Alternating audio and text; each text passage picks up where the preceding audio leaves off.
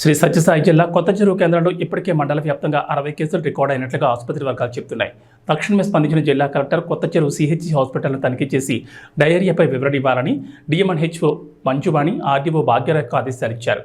Collector ఆదేశాల మేరకు తనిఖీ చేసిన డిఎంఎన్హెచ్ఓ ఆర్డీఓ అదేవిధంగా డిపిఓకు మండలంలో శానిటేషన్ చేయించాలని, అపరిశుభ్రత ఎక్కడా కనపడకూడదని తెలిపారు.